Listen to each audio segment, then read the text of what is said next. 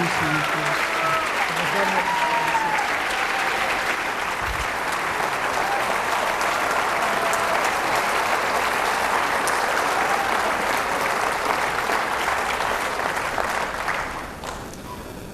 Good morning, everyone. My name is John Hybush, and I have the honor of being the Executive Director of the Ronald Reagan Presidential Foundation.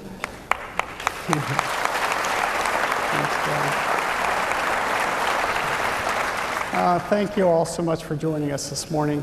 In honor of our men and women who defend our freedom around the world, if you would please stand and join me for the Pledge of Allegiance. I pledge allegiance to the flag of the United States of America and to the republic for which it stands, one nation, under God, indivisible, with liberty and justice for all. Thanks. Please be seated. Before we get started, there are a few people in the audience I'd like to make sure we recognize this morning, and I absolutely have to start with the lovely young lady I met this morning, who is Governor Pence's daughter, Charlotte. Charlotte, if you'd please stand.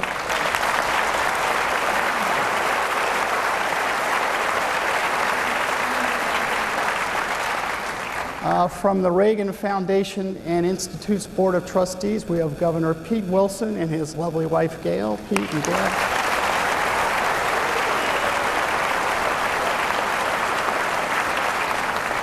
And our former advance man for President Reagan, Andrew Littlefair, with his wife, Karen. Andrew.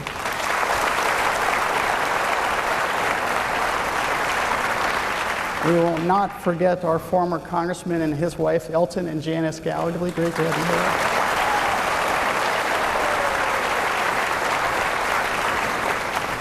I want to introduce Ventura County District Attorney Greg Totten, but I don't think he could stay.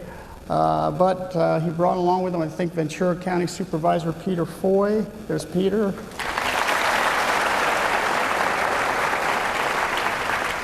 And from the city of Simi Valley, Bob Huber, Keith Mashburn, Mike Judge, Eric Levin, and from the city of Thousand Oaks, Rob McCoy, all over here.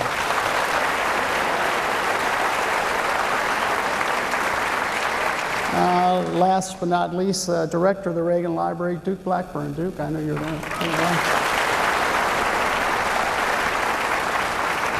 Okay, well, I am truly honored to welcome all of you to our mountaintop. It's not a geological surprise for our second-time visitor and special guest today, but it's good practice. You see, a textbook of his state's topography in 1988 reported that, quote, "There are no mountains in Indiana, and there is no hint there ever were." But I realize our special guest might feel as if he's done quite a bit of climbing these past few weeks, with a few peaks ahead as he works his way and fights his way toward the second highest office in our land. And I think I can say for all of us gathered here today, Governor, that we are glad to join you in that climb.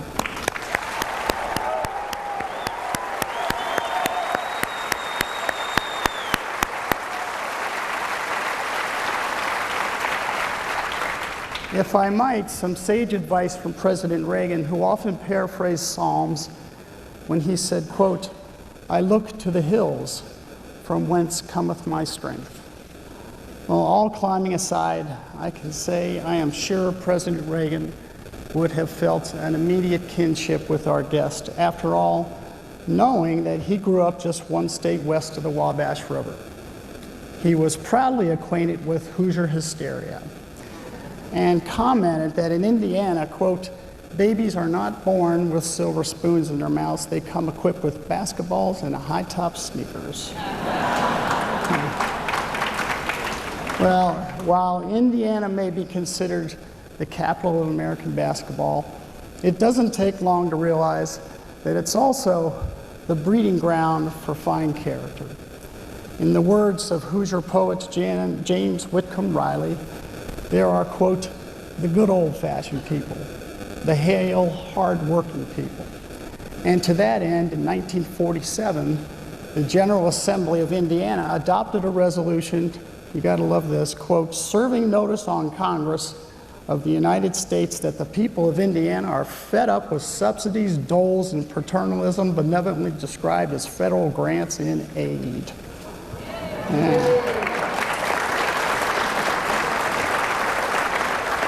Well, that kind of thinking fits right into our 40th president's wheelhouse, and it's that kind of thinking that has brought our guest to the forefront of American politics.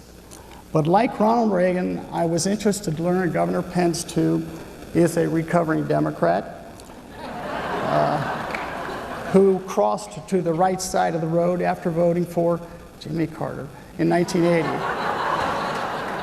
Perhaps you heard him on the radio in the early 80s on the Mike Pence Show, WRCR-FM in Rushville, Indiana, where he called himself, quote, Rush Limbaugh on decaf. And where he began his political journey to Congress and then as 50th governor of Indiana. Today, his journey continues in a new partnership and in a new role. We recognize that those partnerships, Governor, can even involve the give and take and differences among running mates. President Reagan's successful economic program for the nation became known as Reaganomics. But before becoming the president's vice presidential pick, George H.W. Bush came up with another name for President Reagan's plan. You might recall during the campaign he coined it voodoo economics. Yet, he ended up becoming the most reliable wingman President Reagan ever had. What we also recognize are the similarities our guest shares with President Reagan, a belief in God, American exceptionalism, and the power of individual liberty, the importance of fiscal responsibility, the astounding capacity of American business, the need for a strong military to provide a safer world, and above all, a desire to be home with his wife for dinner every night. To ensure that you'll make it home tonight, Governor, I shall be seated. Ladies and gentlemen, it is my great honor to introduce to you Governor Mike Pence.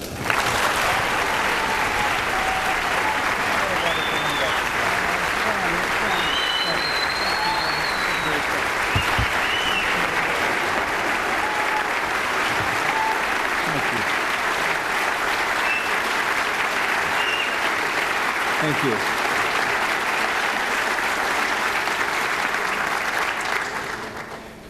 Thank you, John. Thank you for that overly generous introduction. I'm very humbled by that, and frankly quite moved that so many of you would come out to welcome me and my favorite oldest daughter to this great and important place, to Governor Wilson and Gail, to John Highbush with the foundation, to the trustees who are gathered here, to my former colleague, Congressman Gallagly. It is a joy, it is a privilege to be in Reagan country. It really is.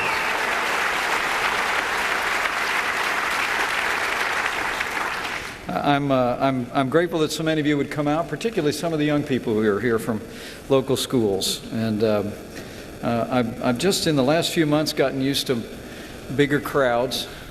It comes with the opportunity that I was afforded a little more than 6 weeks ago to run and serve as the next Vice President of the United States of America.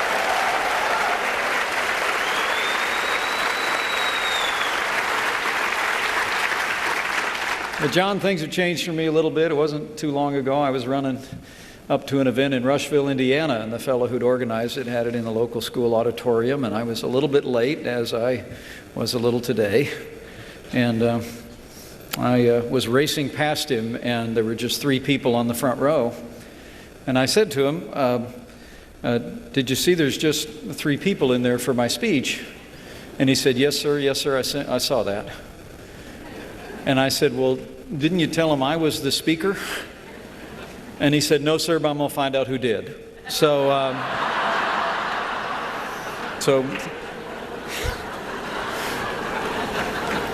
So thanks for coming. This is very, very, very humbling to me today. It really is. I want to speak today about two men. One who has inspired my life in so many ways that it makes this very moment very humbling to me and more than a little bit emotional. And one who has become my friend and is inspiring a movement across this country that will make America great again.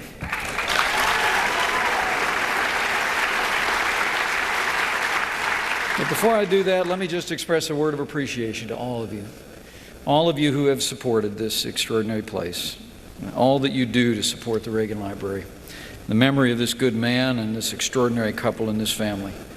I just said to a few members of the board upstairs that for me this is my second visit here. It was about 10 years ago that I brought Charlotte and Audrey and Michael and their mother here. And would you join me in thanking all of the patrons who are here today for keeping the life, the work, the mission, and the legacy of Ronald Wilson Reagan alive for future generations. Thank you so much.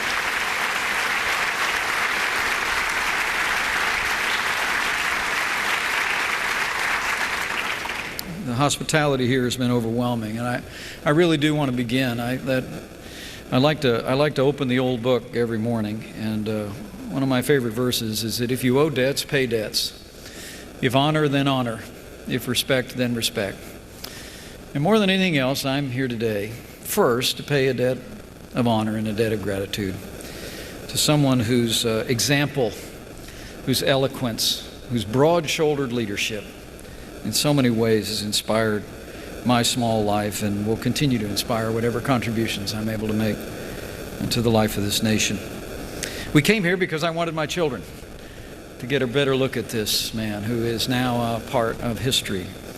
But I probably only told them about 1,000 times that I actually met Ronald Reagan. Okay, 1,001. The opportunity I had in 1988, I was a 29-year-old candidate for Congress. We got invited out to the White House. Governor, it was probably just a photo op, supposed to be. But I was standing there with my new bride, Karen, my wife now of 31 years, and we were waiting to go into the Blue Room where President Reagan was waiting in one of those gold and blue chairs. And the political people had told me I should talk about something in Indiana, that we needed a bridge or we needed a road. But I just looked at Karen and I said, this man's the reason I became a Republican. And I said, I'd just like to say something to him that I could tell my grandkids. And Karen just looked at me like she still does. Speak from your heart. So I walked in and I shook his hand. For all the world, I felt like I was talking to Mount Rushmore.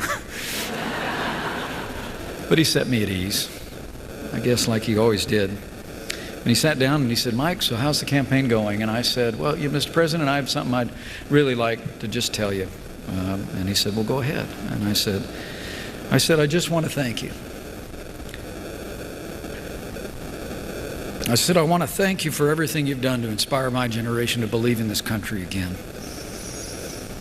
And for all of my life, for the rest of my life, I'll always believe that in that moment, the 40th President of the United States of America blushed. And he said, well, Mike, that's a very nice thing of you to say.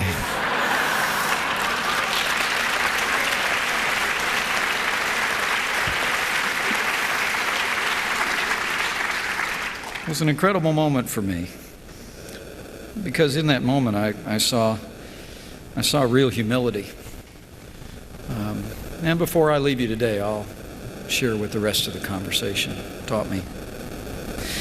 I think in this moment of what Margaret Thatcher said in that message at the National Cathedral where I and Elton had the privilege to sit and to pray on that sad day. Margaret Thatcher said, quote, we here still move in twilight, but we have one beacon to guide us that Ronald Reagan never had. We have his example. Ronald Reagan's example informed my entire political life, and informs it still. His ideals inspired me to leave the party of my youth and become a Republican like he did. I don't know really what it was that made the connection with Reagan. I was a young Democrat. I was the Youth Democrat Party coordinator in my hometown in 1975. Kind of a community organizer, if the truth be told.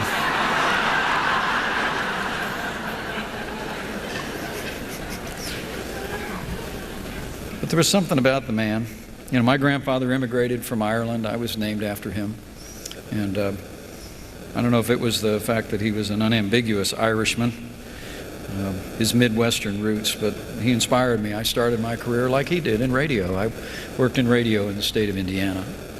And I would go on to serve in the Congress with the likes of Elton Gallagher. I often tell people if I only had 12 years left to live, I'd want to live it as a member of Congress, because that was the longest 12 years of my life.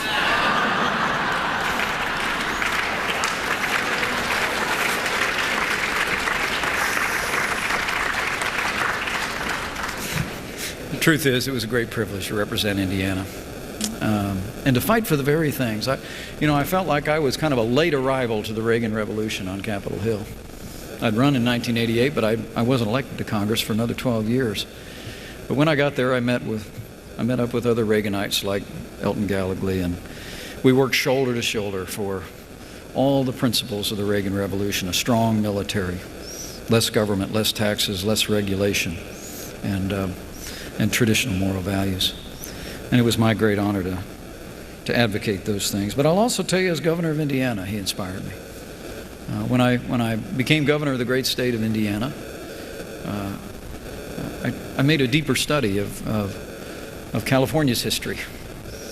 And you could thank this great governor in the great tradition of great California Republican governors. Governor Wilson, I really am honored to have you here. Thank you so very much.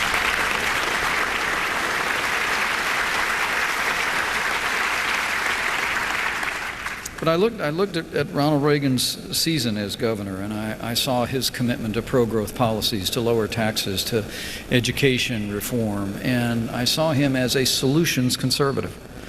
And he inspired me in the state of Indiana still. My predecessor in the state of Indiana actually worked for President Reagan, helped lay a foundation of fiscal responsibility in the state of Indiana, and after I became governor, we were able to roll our sleeves up, passed the largest state tax cut in Indiana history, the largest increase in education funding, more than $2 billion in funding for roads and bridges. We now have one of 12 states with a AAA bond rating, and more Hoosiers are working than ever before in the state of Indiana. Those Reagan principles still work when you put them into practice. And I can promise you, it's exactly the kind of leadership that Donald Trump is going to bring to Washington, D.C. when he's elected President of the United States. Okay? But it is really remarkable to think of the times in which we live today. It's remarkable to think 36 years ago, Ronald Reagan crisscrossing the country as my family and I, and Donald Trump and his family have the privilege of doing, building a movement that historians later hailed as that Reagan Revolution. Today we look back and it all seems so obvious, doesn't it? So clear-cut that the Republican Party and millions of Democrats would make the decision to unite behind a leader we now regard as one of our nation's greatest presidents. But at the time, as most of you in the room know, it was a little bit different. Back in 1980, that was hardly the prevailing view. Not by a long shot. The smart set in Washington, D.C. mocked and dismissed that California governor in many ways. He was referred to as a simpleton by some. They said he was little more than a celebrity and an entertainer who entered politics late in life. Sound familiar? Truth be told, initially, Reagan even made some inside the Republican Party uneasy. His rhetoric sounded too strident, too unrefined, and they warned of it. Then the hinge of history began to swing in freedom's direction. Soon something amazing began to happen. Unexpected. People, millions of them, started flocking to his campaign. Working class Democrat families like the one my mom grew up in, suburban Chicago. Union members, folks who'd frankly never voted in a presidential election, all began to lean in and listen to the voice and the eloquence and the common sense of this uncommonly talented man. In his voice, they heard the rare and unmistakable sound of a man unbound by Washington niceties and pretense of power. In his voice, they heard for the first time in a long time the truth. Ronald Reagan spoke the truth to the American people, just like Donald Trump has.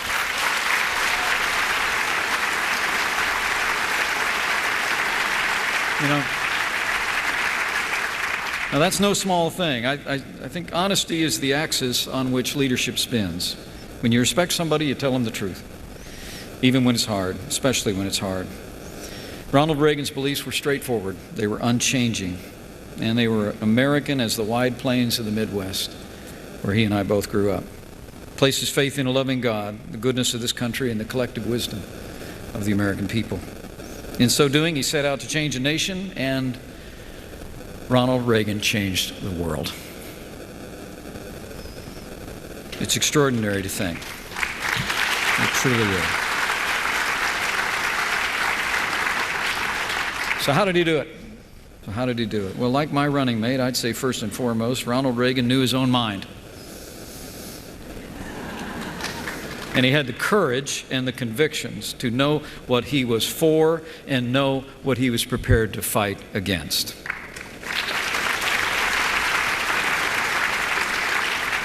You know, Michael Reagan tells an especially revealing story. It's now one of my favorites. When his dad lost the Republican nomination to Gerald Ford in 1976, as the story goes, Michael asked his dad what was going through his mind, what disappointed him the most, and Ronald Reagan replied was that he was disappointed that now he would be unable to face the leader of the Soviet Union at the negotiating table. Here's the quote.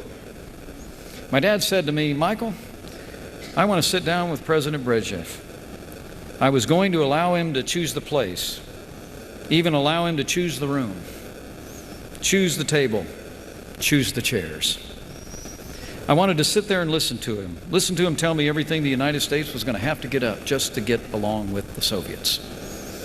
Then I was going to get up very slowly while he was talking, and I was going to walk around to the other side of the table and lean over and whisper in his ear, "Niet."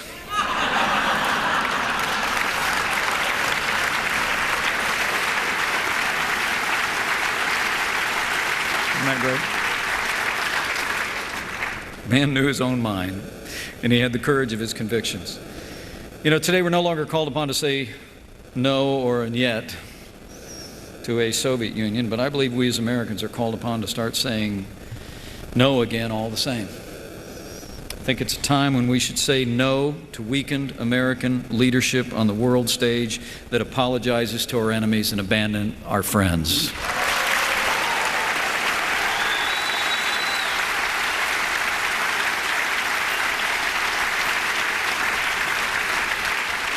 We should say no more to the deep cuts in the arsenal of democracy and no more ransom payments to state sponsors of terror.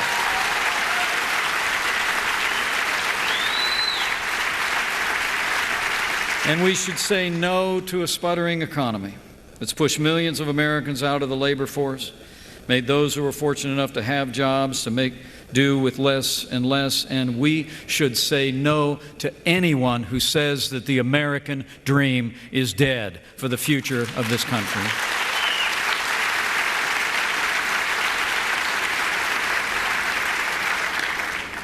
So it's a different time and different men.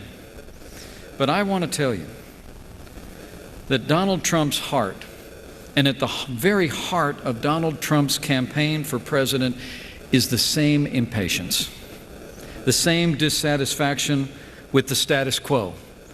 And in Donald Trump's heart and on this team and in this campaign is the belief in the greatness of this country and the same confidence in the boundless potential of the American people to set things right.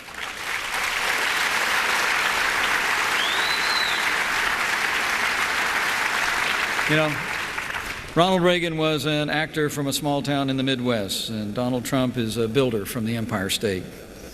They are different men with different styles. A long way from Dixon, Illinois to Manhattan Island. I should know.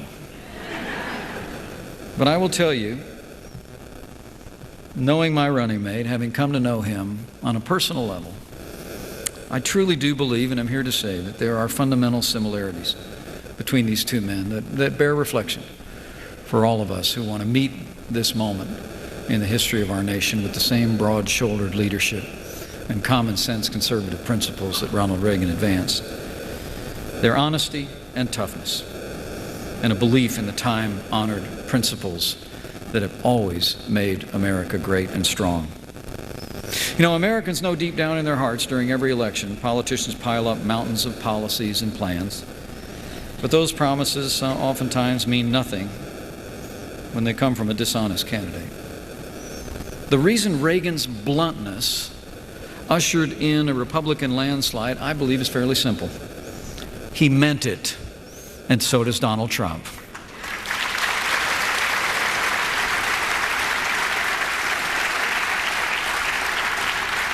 Honesty transcends party. That's why, for the same reason, so many Democrats, or what somebody once called Trumpocrats recently, have now emerged in the wake of what we used to call Reagan Democrats in this country. They're rallying to the same clarion voice and the same truth in that voice. Like Ronald Reagan, Donald Trump has the honesty and bluntness to confront the challenges facing the American people from his first day in office. And also, like Reagan, Trump, I believe, I don't have to tell anybody in this room, just like Reagan, who was willing to walk out of Reykjavik, was anxious to lean over and say "Niet," Donald Trump has the toughness to rebuild our economy and command the respect of the world.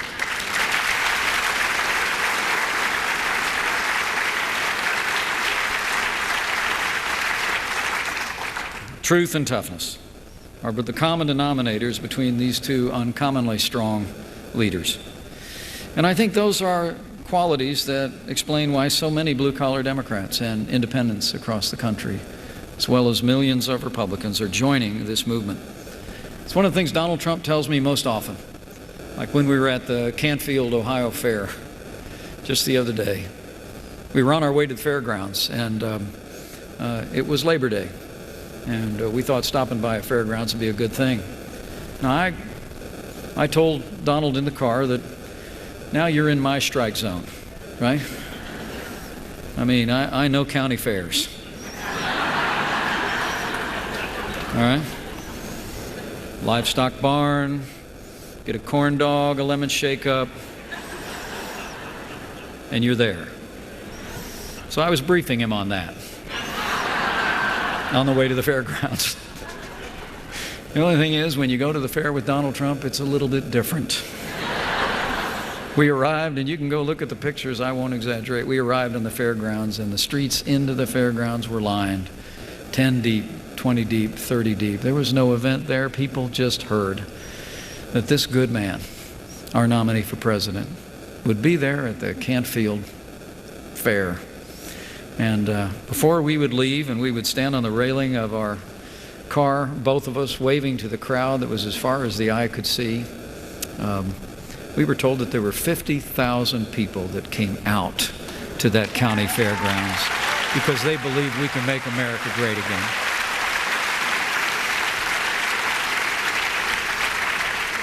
They know a better deal's coming. And they also know that they're part of a movement. Donald says that to me more often than anything else. When we see those crowds, he'll look to me in those private moments in the car or in a phone conversation, and he'll say to us, this is a movement, Mike. It's bigger than us. And he says it with the kind of humility that we so admire in leaders, and I admire in my running mate. America's choice has never been clearer, I believe. The most straight-talking candidate since Ronald Reagan is running against one of the most dishonest candidates ever.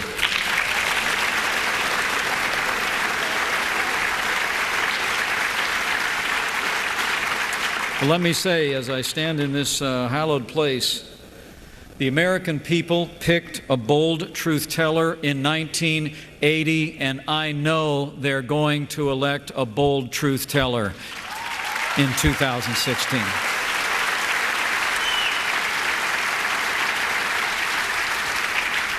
Now, these challenging times, let me reflect on the policies and then I'll close. These challenging times bear a striking similarity, I believe, to the time America faced in 1980. Then, as now, we stand at a fault line of history. An economy in decline, joblessness stretched as far as the eye can see, alarming social upheaval, and an America pushed around abroad and full of self-doubt at home. We need smart and decisive leadership to fix America's problems while there's still time. Because truth be told that in many respects, elites in both political parties, then as now, have failed to give us government as good as our people, but that's about to change again.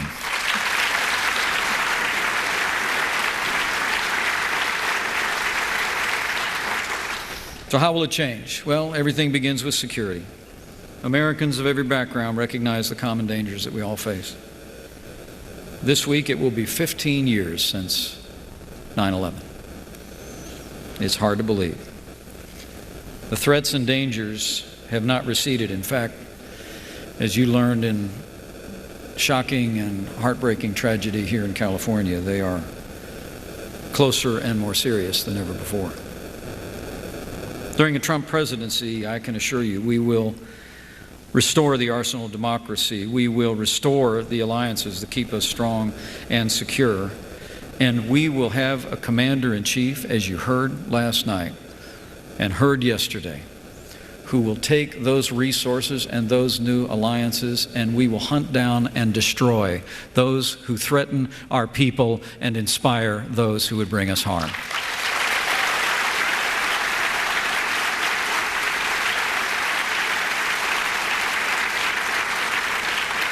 Donald Trump, like Ronald Reagan, will rebuild America's military. It's extraordinary to think that since 1991, our active duty armed forces have diminished from 2 million to just 1.3 million today. Our Navy has shrunk from a fleet of over 500 ships down to 272. The Air Force is roughly 1/3 smaller. The armed forces deserve better. Like Reagan, Donald Trump knows that we can only have peace if America is strong. And on day one of a Trump administration, Donald Trump, as he announced yesterday, will submit a new budget to rebuild our military, an active army of 540,000 soldiers, as the Army Chief of Staff says he needs. He will build a Marine Corps based on 36 battalions, a Navy of 350 surface ships. Our Air Force will have at least 1,200 fighter aircraft. We will modernize our naval cruisers, enforce our classification rules, command relevant departments to conduct a thorough review of cyber defenses, and America will once again be known as the arsenal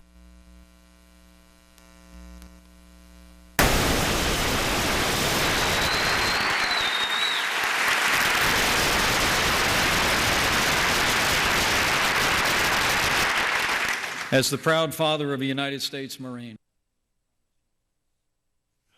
Our new commander-in-chief will support our soldiers, sailors, airmen, and Marines with the resources and the training they need to get the job done safe and come home to us.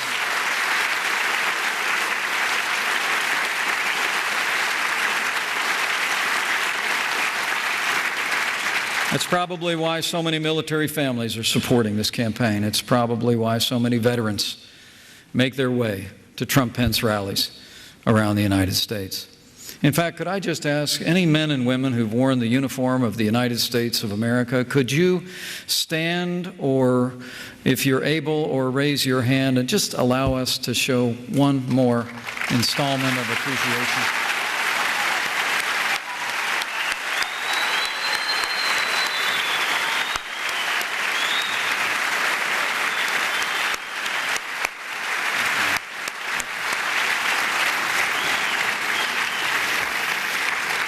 Thank you for your service. A strong military and a strong America, Ronald Reagan knew, makes for a strong America in the world, an America that the world takes seriously. Donald Trump and I know what Ronald Reagan knew, and that is America needs to be strong for the world to be safe.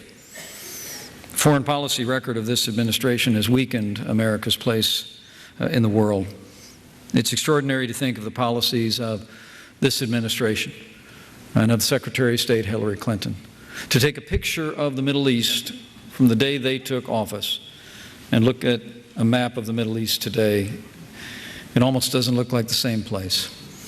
Civil war in Syria, the rise and rule of the ISIS caliphate, a civil war in Libya, and terrorist forces that have overrun the hard-fought gains that were secured in the last Republican administration by our soldiers when this administration took office.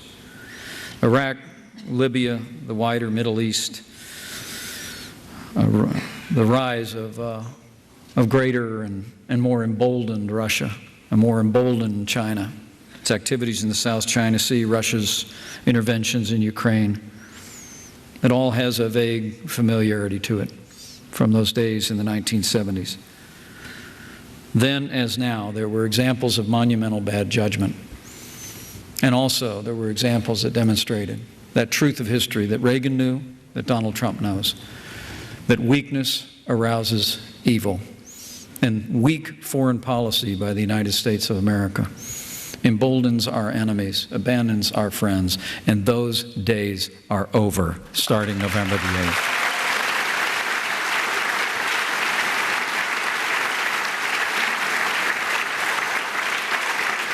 But similar to those times as well is the times that we live in our economy. The last 7.5 years, we've seen an administration whose policies have stifled the American economy. It's extraordinary to think of it. We are in the midst of the slowest economic recovery since the Great Depression. We have, a few days now after Labor Day, we have the lowest labor participation rate in this country since the 1970s. Don't be deceived by the low unemployment rate. The truth is that there are millions and millions of men and women in this country who aren't counted in that number because they simply aren't looking for work anymore. And probably most heartbreaking of all, there are nearly 7 million more Americans living in poverty today than the day that Barack Obama became president of the United States. Well, their nominee, her plan, is more of the same. More taxes, more regulation, more Obamacare, and more of the war on American energy that has run our nation's economy into a ditch. Well, let me promise you, just as in those days that we celebrate and remember on these walls, we're about to elect a president who knows that the strength of the American economy is in the ingenuity and the freedom of the American people. And Donald Trump will empower the American people to revive this economy again.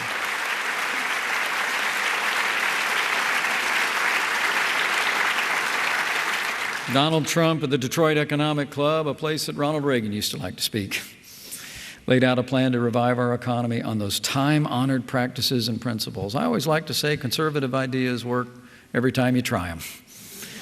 They worked back in the Hoosier State, where we have more Hoosiers working than ever before, and they'll work again in Washington, D.C. Donald Trump's plan is going to sound familiar to some of you here in Reagan country.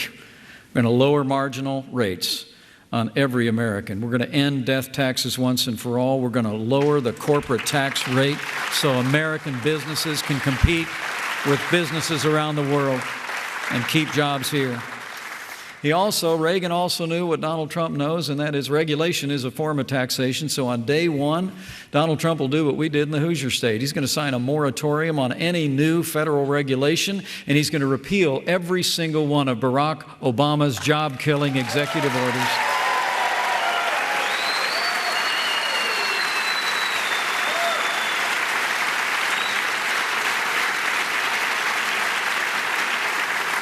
When Donald Trump becomes negotiator-in-chief,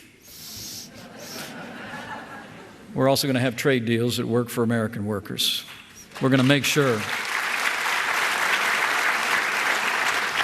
Donald Trump and I both believe in free trade, but we believe in arm's length transactions. We believe trade needs to be a win-win. We're going to renegotiate NAFTA to ensure that it works for the people of the United States. We're going to get out of these multinational deals like the TPP, and at the end of the day, we're going to hold our trading partners at last to the promises that they make when they sign a deal with the people of the United States of America.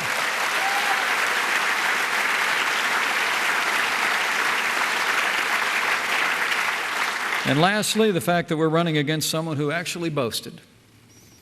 And I quote, if she was elected president, quote, "We will put a lot of coal miners and coal companies out of business," close quote. On day one of the Trump-Pence administration, we will end the war on coal once and for all, and we will unleash the boundless power of the natural resources of the United States of America. Let me speak to one other matter and then close and get to your questions. And that is on, we'll elect literally, as the calendar speaks today, on September the 8th, 2 months, November the 8th, we'll elect a president for the next 4 years. But it's so important for those of us that cherish the ideals and the legacies of Ronald Reagan to remember that while we're electing a president for the next 4 years, that president will likely set the course and direction of the Supreme Court of the United States for the next 40 years. And we need to think long and hard about that. Donald Trump, for his part, has made it clear. When he becomes President of the United States of America, from the Supreme Court on down, we will appoint to the federal judiciary men and women who will strictly construe the Constitution of the United States and not legislate from the bench.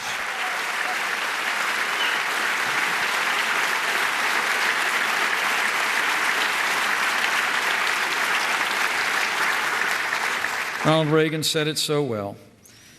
And I quote, "The importance of judicial restraint, the belief of our founding fathers that the role of the judge is to interpret the law, not preempt the rights of the people and their legislatures by making the law." Judicial restraint, the role of the judge. You know, I've said throughout this speech that Ronald Reagan and Donald Trump had similar views on some key issues, similar ideals and similar backbone. But let me be very clear with you. After my 10 years on the Judiciary Committee on Capitol Hill, working in and around these issues for a lifetime, Ronald Reagan and Donald Trump's views on the Supreme Court are not similar, they are identical. And he will appoint justices that will make the Reagan tradition proud on our Supreme Court.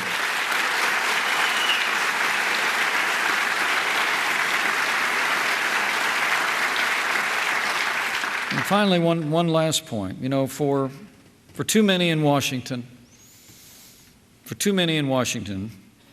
in the view of too many Americans, politics seems to have morphed into a rigged game of self-enrichment and cronyism.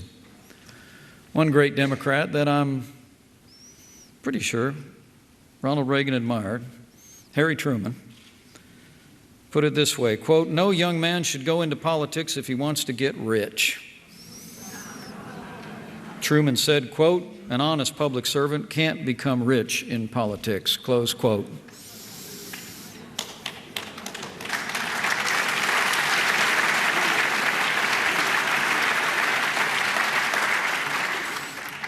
Well, the Pences passed that test.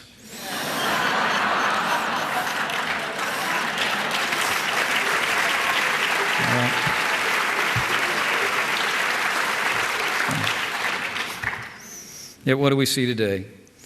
We see politicians enter office with modest means and they emerge as millionaires. Auctioning access, profiting off policies is anathema to the very spirit of public service. You know, in places like Allentown, Pennsylvania, Youngstown, Ohio, Fort Wayne, Indiana, people don't know how to work the system, they just know how to work. All they ask for is that chance. And in a Trump-Pence administration, we're going to make sure they have it. Americans are fed up with Washington's self-enrichment racket. I think that's why independents, Republicans, and many Democrats are reeling from the headlines that we see one day after another. Reagan knew what Donald Trump knows. We must have the highest standards of integrity in the highest office in the land, and we will when Donald Trump becomes President of the United States. So,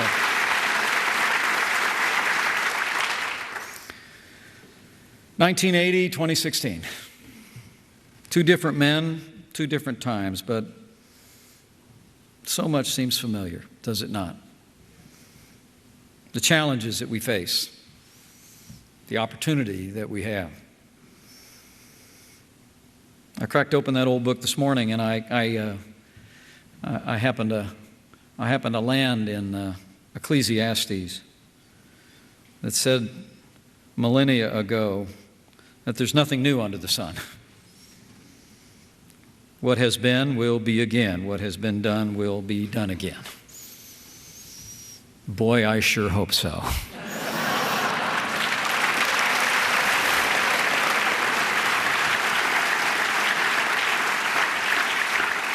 But I'm here to tell you, and I'm very humbled to be in this place with you all. Charlotte and I had the great privilege of laying a wreath at the final resting place of this wonderful couple that changed our country and changed the world. It was an emotional moment for me. But I want to give you a word of encouragement as well. That something big is stirring in our country. And it's coming from the American people. I mean, the spirit of 1980 that propelled Ronald Reagan into the White House is alive and kicking again. I see it every day. I just joined this ticket a little more than 6 weeks ago, but I can tell you, campaigning with Donald Trump and for Donald Trump, I see in the faces of Americans in big cities and small towns an optimism, a determination that I think is going to turn this country around. I see it in the faces of the thousands that we meet on the campaign trail.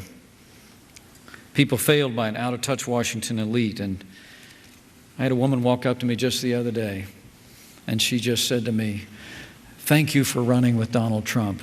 I can't wait to vote."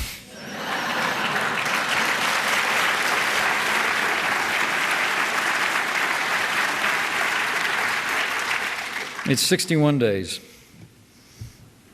from an opportunity we have to restore confidence to our people, to have America standing tall again, at home and abroad, to have an economy that's working for all of our people on a foundation of our Constitution and the high standards in public life that we all expect in this nation. But I have faith. I think we're going to do it. And it's not because of the polls. I don't pay a whole lot of attention to the polls. I learned a long time ago, you get into a rough campaign, you got to turn on the television with a stick every morning. With what's going to be there. But it's something else. And it was manifested in two conversations I'll close with. One with my running mate, and one with the man whose name is on this building. The rest of that conversation with Ronald Reagan in 1988 happened in the East Room. I did the little photo op thing with him for that 5 minutes, and got up, started breathing again. Then I walked into the East Room. My wife was waiting there with some other couples, or maybe 30 of us in the room.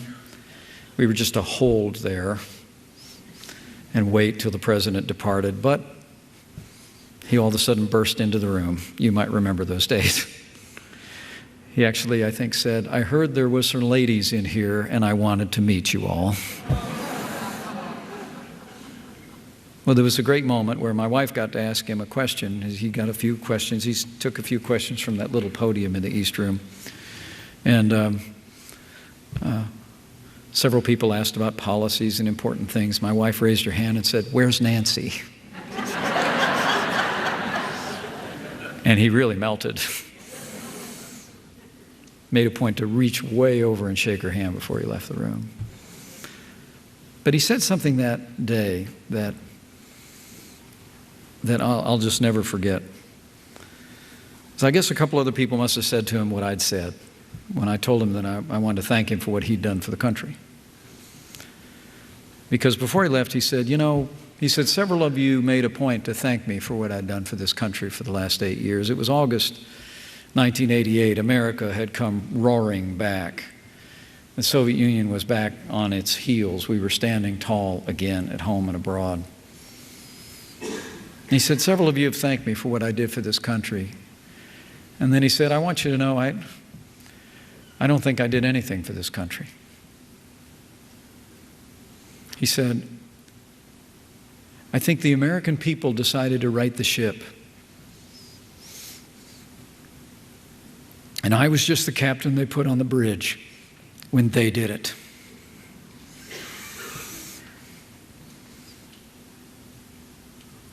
We were riding over to the convention. I think it was the night of his speech. And Donald Trump, ever the coach, ever the CEO, was sitting next to me. And he was saying to me, Mike, he said, we got a great opportunity here. We got a great opportunity for this country. And he said to me, we're going to have to work. I felt like I was in a locker room. He said, we're going to have to go after it. We're going to have to roll our sleeves up. We're going to have to just make it happen. We're going to work. And he goes, but we get to election day, and he said, we get this thing done with the American people. It's going to be great. And there was this confidence, this lilt in his voice. And I hadn't heard that since 1988 in the East Room. In both of these men, I just want to tell you, there's so much that's different in terms of their style and their background. But at the very core, both Ronald Reagan and Donald Trump are united in a boundless faith in the American people. And that's why I know in this moment that if all of us will do all that we can to elect this good man as the 45th President of the United States of America, if we put that new captain on the bridge, I know we will make America great again. Thank you very much, and God bless you. Thank you for the honor of being here today.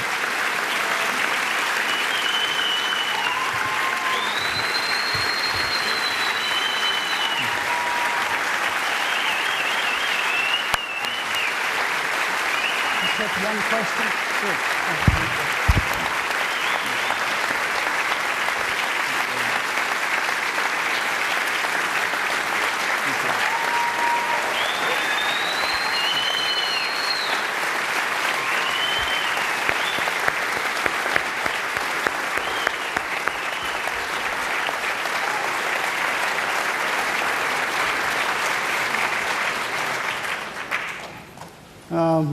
Just a remarkable speech, Governor. Thank you so much. We have time for one, maybe two questions if we go through this quickly.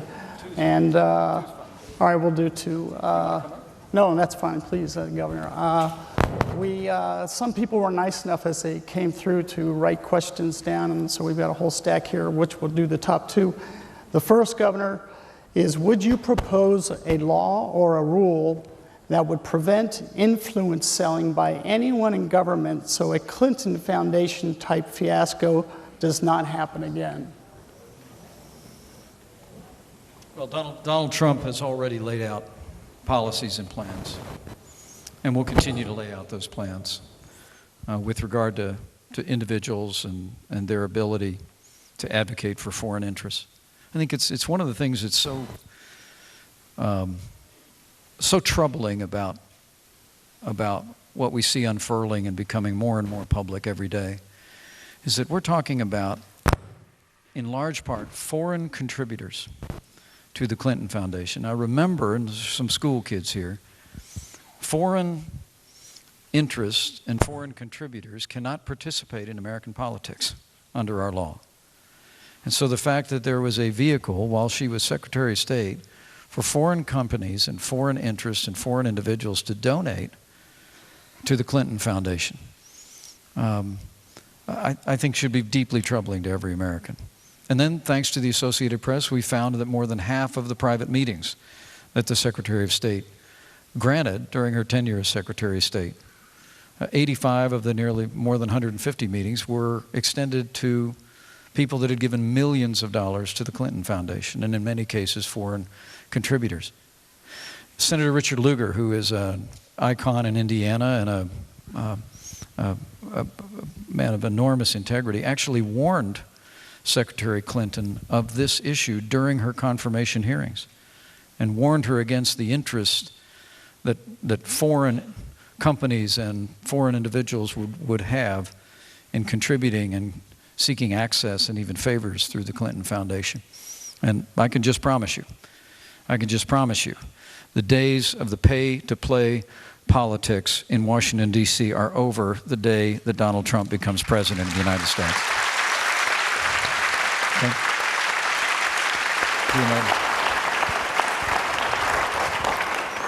Second and final question. What is the biggest misconception about Donald Trump?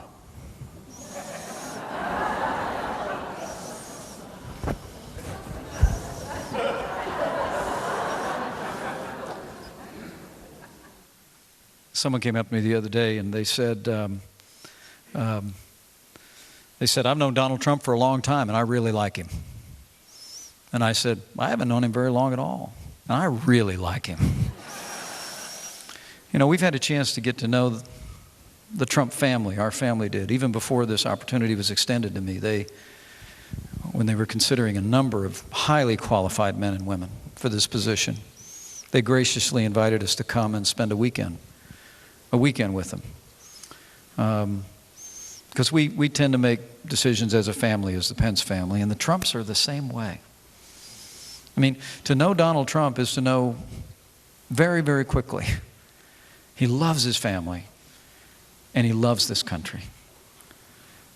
But I think one of the things that I was most touched by was his graciousness and his kindness. You know, he's, as I said at the Republican National Convention, you know, we have a larger-than-life nominee, very charismatic, and so they obviously wanted to balance the ticket. Right?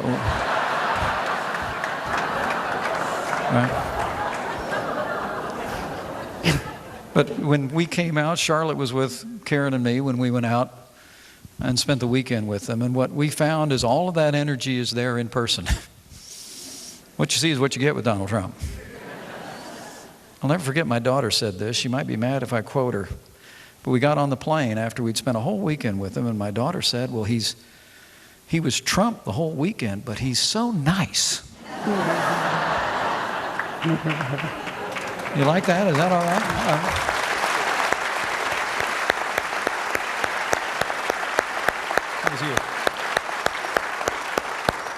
He's got a kindness about him, a consideration about him.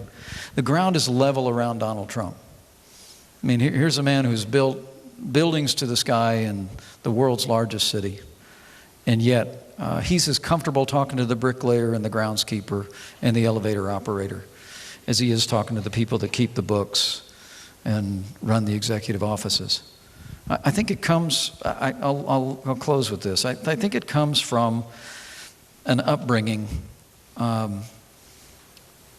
in many ways that's similar to mine. His grandfather immigrated to this country. My grandfather immigrated to this country. His dad was a self-made man and built a strong business as a builder.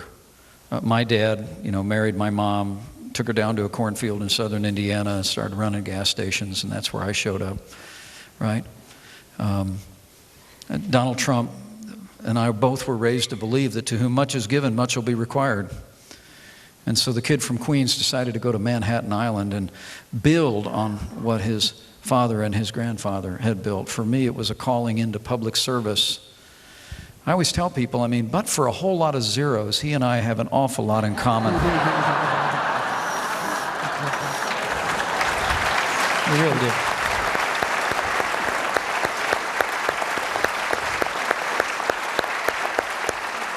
And really what we have in common is that we were raised in a family.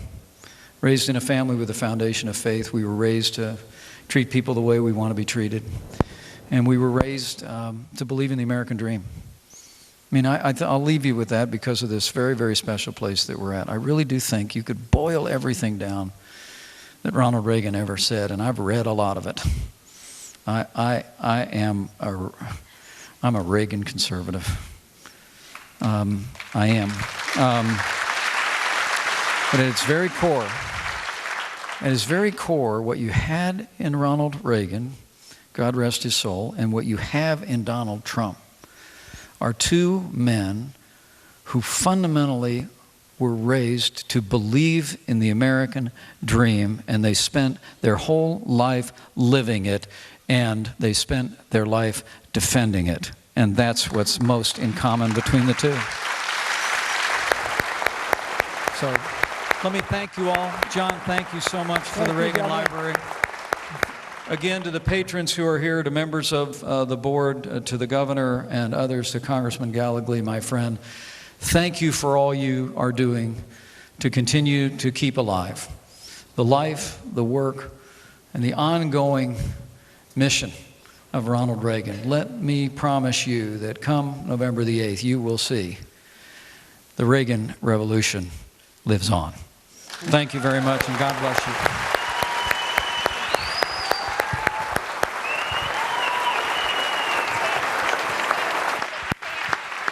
Don't shake his hand. He'll come right by here. He's going to come right by.